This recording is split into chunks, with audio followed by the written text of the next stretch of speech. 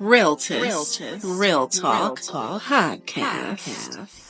And hello, Realtist. Welcome to the Realtist Real Talk Podcast. I am Amber Lewis. And I'm Pasker. And we have a treat for you today. We are here with our very own First Gentleman, Teeba Rose. Let's give it up for him.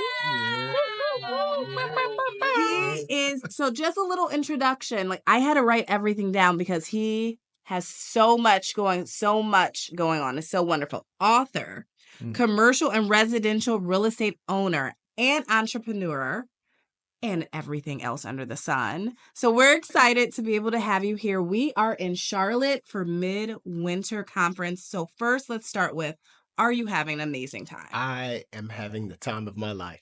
And thank you for having me. I think when you think of a conference, you think of, I'm going to get some form of a training. I'm going to meet a person or two. I'm going to take a nap. And then, I hope to go home and apply some of the things that I've experienced. Yeah. But what you don't expect is to run out of space on your phone because you can't stop recording what you're experiencing. Because you want so many other people to have the experience that you're having. You want to Facebook Live it. You want to call somebody. You want to tell somebody. You're having such an experience that you think should be shared with so many other people that you can't just sit there and experience it. You go, oh my God, somebody else has got to hear this. Somebody else has got to experience it. So that's the time I'm having. Yeah, I mean, for me, I know coming to a NAREB conference, the experience is just so much. It hits you on so many different levels, spiritually, emotionally, mentally, even physically, and it's like, it's hard to put into words. Yes. And I mean, this specific one, this is our president, your wife's first conference as president. Yeah. And I mean, it's transformative. It is. To say the least. It is. And the energy is electric. I mean, I tell you what, and I can show you a text. I just walked in here off the elevator and a young lady asked me, she said, can you tell me, we met the other day in the lobby as we were at the front desk, and she said, can you tell me what's going on today? I said, well, what do you mean? She said, because everybody's wearing red. I said, oh, and then I explained what it is. And she says, well, what is the organization? And I explained it, and I explained the comparison to her. Now, this young lady had to be about 65 year old white lady, very wonderful, very pleasant. But when I explained to her that at some point we could not purchase real estate and at some point we could not sell real estate, she understood. She asked for my phone number so that when she's ready to sell her house, that's the electricity. That is. So I never once told her what we do, what we're here for, but she loved the energy and wanted to be a part of it and asked for my phone number. So I put in there, this is Teeba and Courtney Rose. We're in real estate, so on and so forth. But that's the kind of electricity that is here, where people want to be a part of it and don't even know the full story of what you do. So as you were thinking through creating this amazing Midwinter here in Charlotte, what was the thing that you said, this is going to be the game changer for NAREB? If you are here in Charlotte, you're never going to look back. I can't take any credit. I tagged along when they came to Midwinter to make all the decisions. But not responsible for the brilliancy that went into this one. But I will say, as I was telling people about coming, and as I was sharing with them that this would be a game-changing event, I was sharing with them because this is what they call the tipping point. Now, everyone understands the tipping point is when that thing changes in a way that it'll never go back. I said this would be the tipping point because all of the stars are aligning. The financing and the partners are getting on board to back us with the money required to spread the word. The professional stars that Courtney's bringing in to really change how you view a conference. Then everyone that she brings in is associated with real estate. Who'd have thought Emmitt Smith was big in real estate? To be the number one running back in the world, to also be big in the industry that you're a part of. So all these different pieces are coming together. So this we knew would be a tipping point. Now we also knew Midwinter is typically less attended than our typical conferences. But we still sold out and we extended the number of people that were going to be at this conference. So not only did you sell out, but you increased the attendance and sold out. So I think also what people got an opportunity to see is that we said early on, this would not be, you could not register at the door. So we were going to sell out and we were going to stick to it. And so we did that and did it early. And I think now people will get an opportunity to see, if I want to go to a NAREB conference, not only do I need to register early, I need to register for the VIP package, and I need to plan to stay the entire time. And that's much different. That's very different from the past, where people may say, oh, I'm going to catch an early flight. I don't need that training, or I'll come in late because I don't need to see that part. Now this is going to be a bookend. I want to see the beginning and I want to see the end of this conference. Absolutely. I mean, you don't want to miss it. You don't want to miss it. Just the relationships, the information, the motivation, the inspiration. Yes. Come on. Yes. All of this and then some. Let me ask you, what's been your favorite part of the conference thus far? I would have to say the energy, but I'd have to also say Drew Hill last night. That was phenomenal. Listen, I loved meeting Emmett Smith. I loved the whole, turning it full circle in terms of real estate. But to see my parents, so my mother said, yes, baby, George, we're going to the. She said to us, George, we're going to the concert, and everybody's excited. And so he said, oh yeah, she's going to be amazing. So everybody in the room's like, what does she mean by that? And I said, well, Mom, it's a group. She said, no, we're going to see Lauryn Hill. I said, oh, no, Mom, this isn't Lauryn Hill. This is a group, and this is guys. And so she said, oh, well, let me look them up. So she looks them up on her phone. So you don't have that, I got to meet them, because you're just like, oh, it's just a group. Yeah. She saw Drew Hill, and she told everyone around her, I need to meet them. Like, they're amazing. I love that. So to have that opportunity, that every NAREB member was right up close as they were performing, and then for them to throw out the jackets into the crowd. Yeah. It's just amazing. And don't forget the roses. And the roses. Right? just amazing. And then I loved how they sang a cappella. I mean, they were singing. Yes. They sang. They sang. They took us to church. They did. And to be able to be right there in the front row, to your point, like in front of the stage. Yes. Could you ever get that close in a regular concert? We had our own NAREB concert. Like, has that ever happened? I don't remember not that happening like that. So that's phenomenal. Yeah. So it's just been incredible. But that was the real highlight, to see my parents able to experience that, and to see how close and personal everyone in NAREB could get. Yeah. So we're now 8 months in. About 8 months in, I would say. Yes. Into you being First Gentleman. What are your thoughts, coming in? I'm sure you said, okay, these are the things I'm going to have to get accomplished. I'm going to have to undergird and support the president. But you also have your own experience as First Gentleman, and your own goals and aspirations to make sure that you can undergird this organization holistically. How's it been going for you? It's been amazing. I think when you really look at where we are as an organization and the number of people that want to support us and understand our true plight at this point, it has been awesome. And I'll tell you, there's no secret. My true mission in NAREB is to support the president and to assure that her presidency is historic. Not pretty good, not the best you've seen, but the best you'll see. Historic. And I think once the bar is set and we hover around that high bar, we're going to be a phenomenal organization from here out. So I think we have in the past done some great things, but I think my role and responsibility to this organization is to make certain that we systematize things, that we put ourselves in a position to where we're easily duplicated within ourselves to where, okay, we can do it again. Let's just run it back. I'll give you a prime example. Fire when you see it, but can you re-hit that rock and kindle it again, right? Can you do it? And does it take you the same amount of time? Yeah.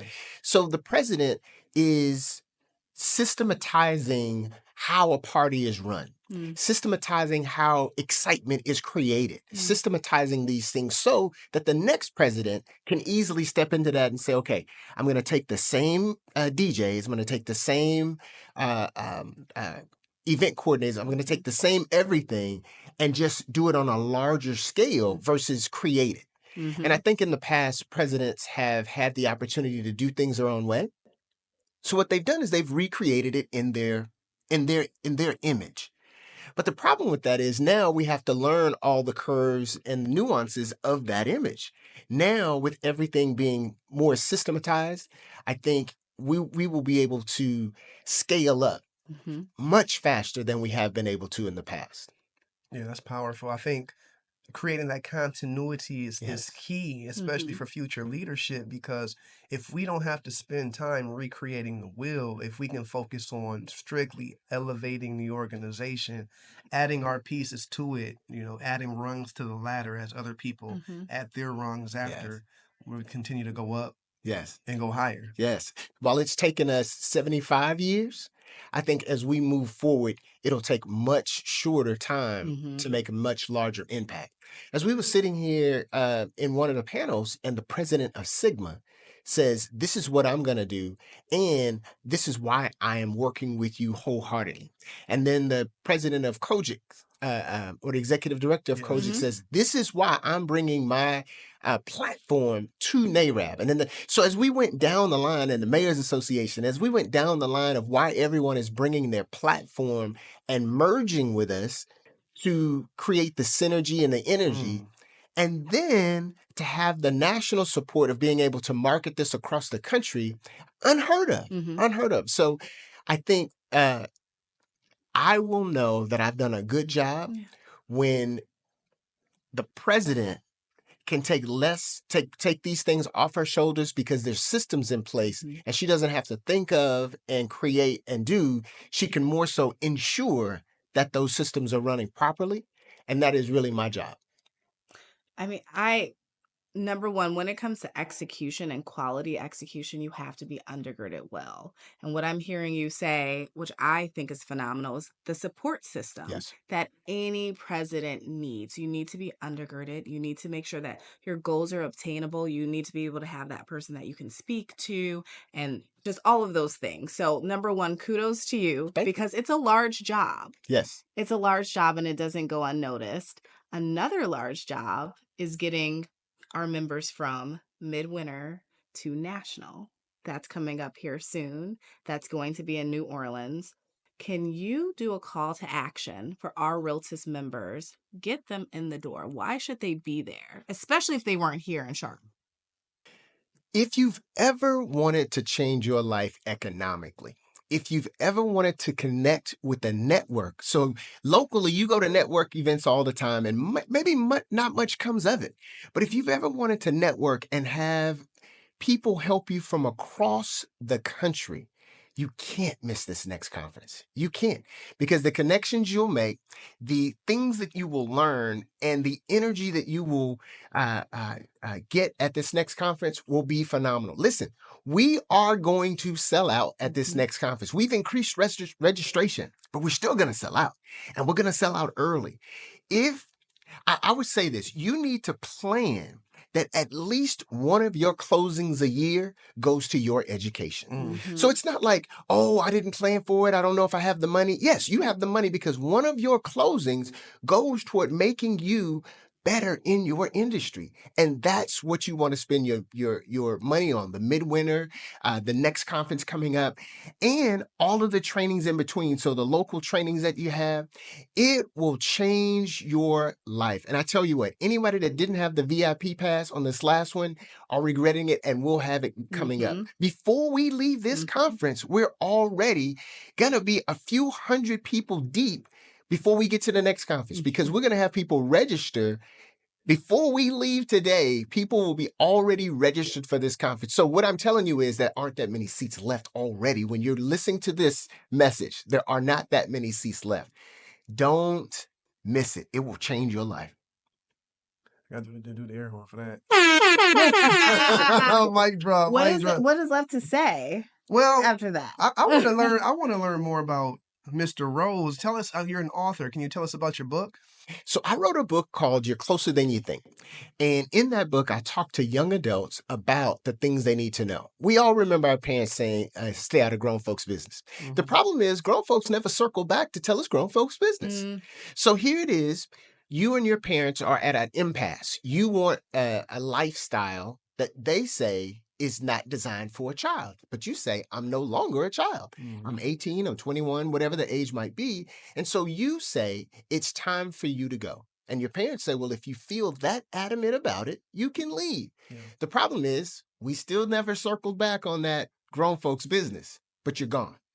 Now, all of the responsibilities are yours, but you haven't been trained on how to handle those responsibilities. Believe it or not, there are 40 and 50-year-old people who never bought a house. There are 40 and 50-year-old people who don't have any assets. So it just doesn't come in time. It comes with knowledge. Well, when am I going to get it? So I wrote this book to give young adults a leg up, an opportunity to really learn some of the things that it's not until you're a client of a real estate broker or agent that you go, oh, I need to learn how my credit works. Oh, the FICO does that. Oh, well, yes, but now you've already ruined it. We're now trying to fix it. So I'm trying to talk to them early. I talk to them about credit. I talk to them about budgeting. I talk to them about savings, all these different things. But the number one key and ingredient is I need you to be sharp, because when you leave your parents' house, there's only two places you're going to go. You're either going to be fully prepared or you're coming back here. And if you come back here, you're bringing a problem with you. Correct. Hey, my car got totaled. I got into an accident. Something happened that I need you to bail me out of, but you're not coming back to say thank you. You're coming back to say, I need you to once again bail me out because I'm not ready. And that's what this book is about. And that's what me speaking to young adults is about. And what's the name of it and where can people find it? The book is called You're Closer Than You Think, 5 Habits to Obtaining Financial and Professional Wealth. And then you can find it on Amazon, and you can also find it at teebarose.com. Gotcha. Go get it. You go get it. It sounds like something I need to get, especially I think that's something that aligns with just Realtist in general. It does. A lot of us focus on the youth, and speaking to the youth and giving the youth the gems and these tools so that they can get it ahead of time, so. I will tell you this, as we are focused on homeownership and as we're focused on that particular asset, I was speaking to a gentleman, a group of gentlemen, and we must have talked for hours. And we said, shucks, this could have been a podcast. And we were trying to figure out what is the downfall of African Americans. Some people say it's racism. Some people say it's because I'm Black. And some people say because we were trained not to work together. There are all these different philosophies. And I looked at them and I said, well, no, really, our downfall is you're not teaching your child the same principles that other nationalities are teaching their child. I'll give you a prime example.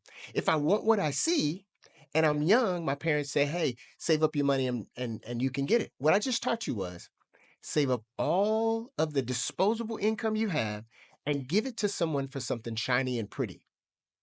Yeah. Well, that might not matter to you at 5, right? But at 35, it does. Yes. Now, once again, I never circle back to tell you grown folks business. Right. So I'm repeating the same habit that you allowed me to do at 5 at 35.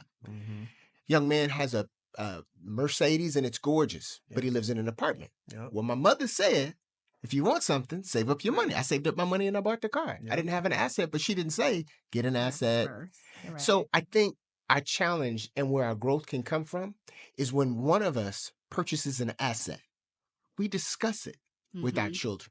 Yes. When you purchase or sell, we take our kids out of school and we take them to the closing.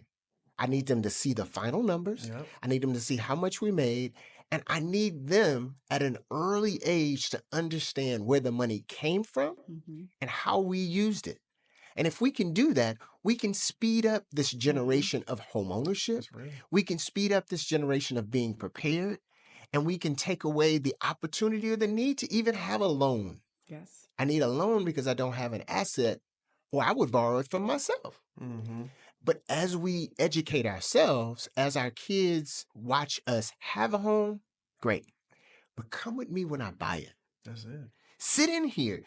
Look at how I have to read 30 pages of information and my realtor's walking me through it. My realtist is walking me through it. I need you to see that I didn't have all the money. I had the down payment. So I need you to see I needed to have something to leverage something to get something. But if I bought everything that was shiny that I wanted, I wouldn't have had anything to leverage. So I think we skip that conversation and that lesson. And when they're young, we say, if you want something, yes or no, but not why. And do you have an asset to buy it, or do you just want it because you want it? I tell my kids all the time, no. Mm-hmm. You want something, I say, why? Mm-hmm. You say, because such and such has it, then you can't have it. Mm-hmm. Well, I said, because you must create an asset that pays for your wants. Oh, I'll pay for your needs, but I will not pay for your wants. I've heard that. And I think as adults, as realtists, as we're creating this fundamental foundation of wealth, we also must teach ourselves and teach them, hey, I've helped you acquire it, but this is what you do with it. Mm-hmm. Mm-hmm. It was one thing when you didn't have it. Okay, now you have it, but you can't blow it for shiny and pretty. That is not that's not what you're witnessing with other cultures. Yeah. I think I was going to say, I think one of the things that stood out to me that you said was so important is the fact that, generational wealth does look different holistically. And a part of generational wealth is actually having that conversation around the kitchen table, around the conference room table. I think being a realtist is something that is so important because we have the ability where a lot of people don't. We have our own businesses. We are entrepreneurs. Yeah. So we can bring, if you have children, if you have, a niece or a nephew or a mentee or whoever it is, to that table with you and have them watch the transaction. But a part of that where you hit is the learning curve. And the learning curve isn't even just the opportunities and the positivities. It's having that transparent and open conversation of the misses. Yes. Because we have to be able as Black people to fail and fail fast.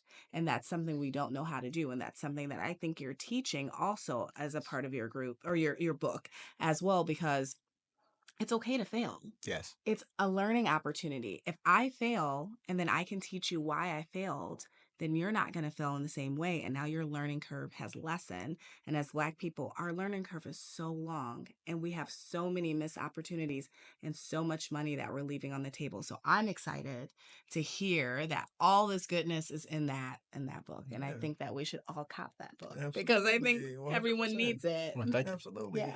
I think it's interesting that our prayer is that we succeed our way to the top. Mm-hmm. But that's not how it works. Not how it works. You learn so much from that relationship that didn't go well. Correct. That by the time you meet someone and the relationship goes wonderfully, it's because of the one that didn't work that you go, oh, don't say that. Don't do that. Help that person in that way. And you've been shaped and formed.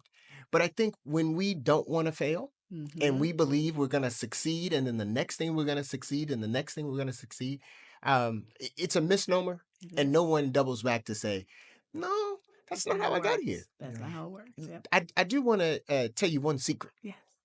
Nobody knows. The president used to stutter.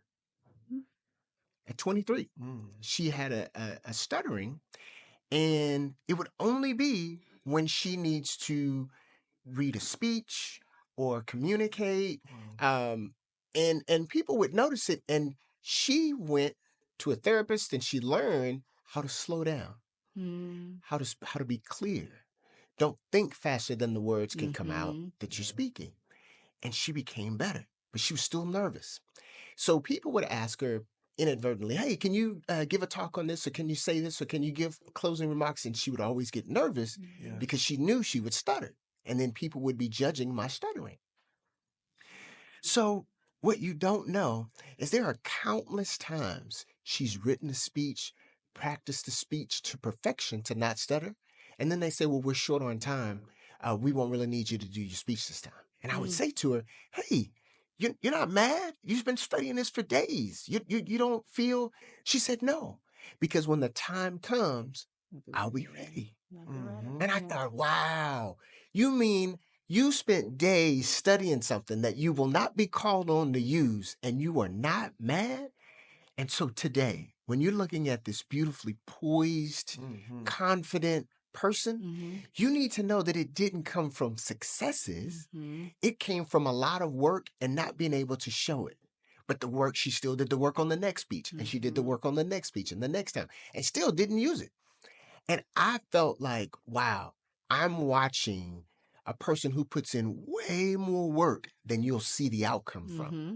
And that's what you're witnessing today. A person who's put in so much work over a long period of time that it looks easy now, looks smooth and effortless, but it's because of the amount of work that was put in on the front end that no one ever saw, because she never even got a chance to tell those speeches. Mm-hmm. Wow. That's almost like you see the tip of the iceberg, but you don't understand the mass of it. The mass. You know, what really went into the moment. Yeah. And guess what? She's ready now. Yes. She's more than ready. On a national stage. Absolutely. Ready. So I do want to dive in. I know you're a busy man. Yeah. You got a role, man, but I feel like you have a lot of gems to share with the Realtist family in regards to work-life balance. You know, you're a husband, you're a father, you have a wife who has given her life to Realtist. And, you know, so what are some keys you would give to Realtist when it comes to maintaining work-life balance? I think at the end of the day, everyone wants to be happy, but I think we should define it. Mm-hmm. I think we should literally define what makes you happy. If making you happy is not having to work, then what you're really saying is you like freedom. Mm-hmm. Okay, how long and how hard will you work for freedom? Mm-hmm. And if you work hard and long for freedom, then you should be happy knowing that you're on the road to the thing that best makes you happy. If your thing is great health, then excellent. Then as long as you're spending your moments in a day, I say this because at the end of the day, economic money, the paper, doesn't make you happy. Mm-hmm. The shiny thing doesn't make you happy. The freedom, the love, the time that you'll never get back all make you happy. So I would say in work-life balance, a person should really focus more on, I have to get these tasks accomplished. But if we can do them together, because my goal was to spend time with you, then we're doing. Then I'm already in my happy place. Courtney and I do this thing where we analyze what would make you happy, and then we write them down. Now that we know, we make certain that every week we strive to do those particular things because we know they will make us happy. For example, one of those things is church. If Courtney goes to church and doesn't get the choir, we're missing a C. She needs those 2 C's. So we must have the choir, calms you. We must have the sermon, lets you feel as though you're ascending, you're going somewhere. And so that's just 2 of them, but we write out a list. And so we know that if we accomplish these things, we are going to be happy, right? One of those things is a massage. One of those things is going to the nail shop, right? Because you feel like you look. So I think it's when we forget what would make us happy that we look up and we feel like we're burned out. We feel like, I don't want to do this. I'm doing it for you. Well, I need to know what centers me.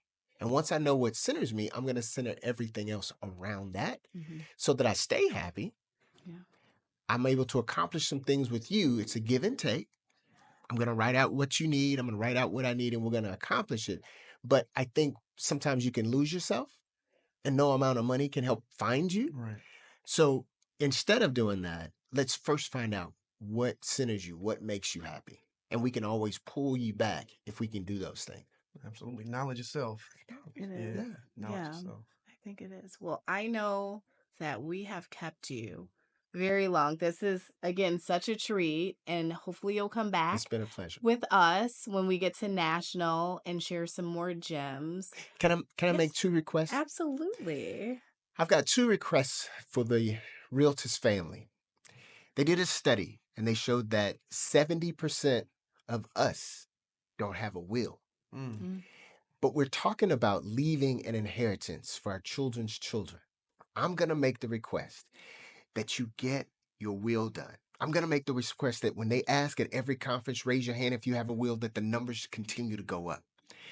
Get your will, get it notarized, and put it in the appropriate place. We talk about trusts. If you're not ready to do a trust yet, let's get the will done.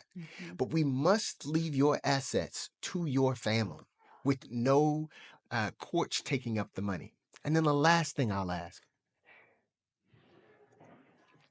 Too many times people do a job, but don't purchase the product. They always say don't get high off your own supply. Yes.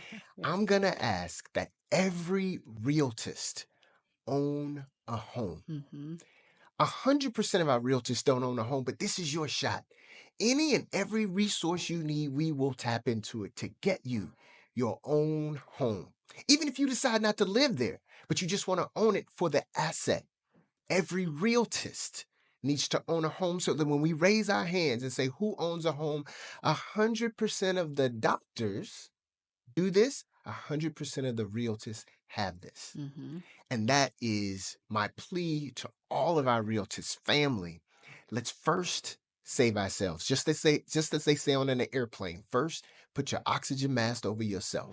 Let's first save ourselves, and then let's save the rest of the world. You heard him. You heard him. You heard it here first. Yeah, you heard it. You heard it here first. Wow.